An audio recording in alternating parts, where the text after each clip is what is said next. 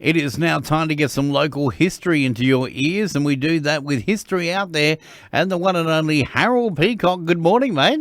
Yes, good morning, Damo. This is the 95th anniversary of this story I'm going to tell you, so it's a good one. I know, it's Applethorpe's tomato patch murder, and I did find a little bit of a newspaper clipping on this, which is on our Facebook page, but you have delved even deeper.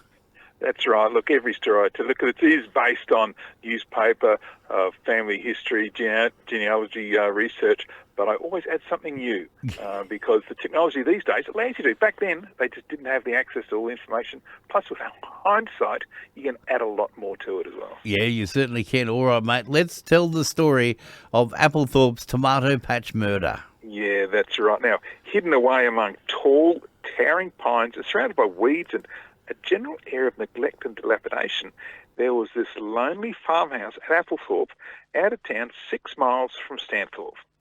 So back in 1930, Mrs. Margaret First was a wealthy, educated society woman, but she was an eccentric, cultured enigma.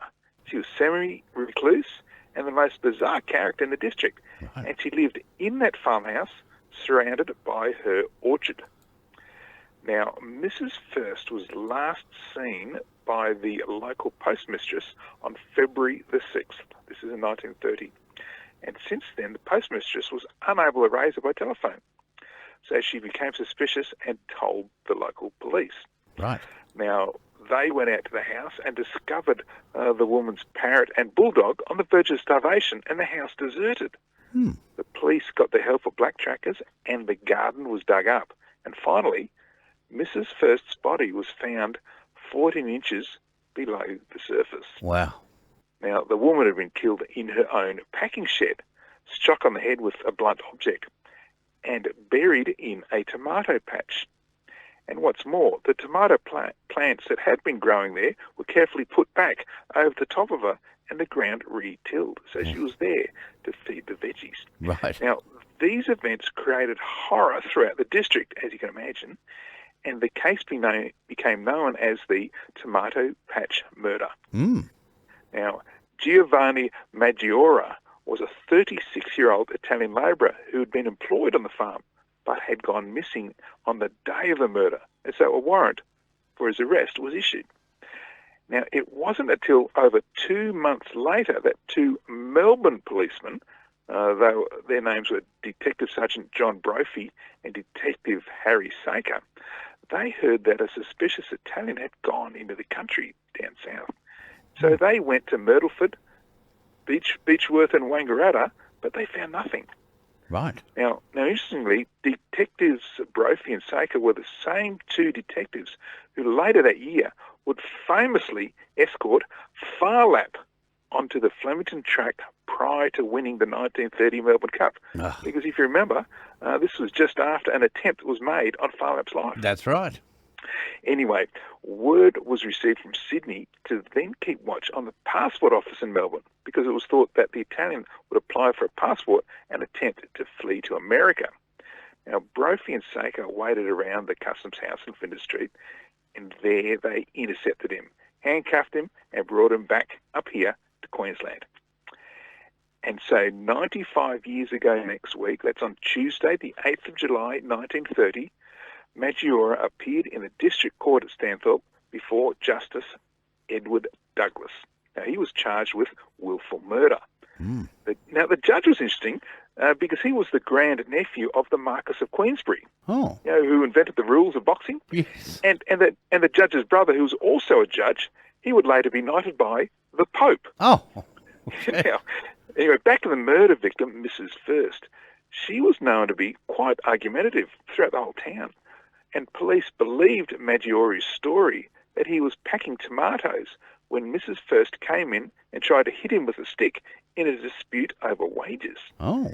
And that he took the stick off her and hit her with it. Oh. And she fell backwards and hit her head.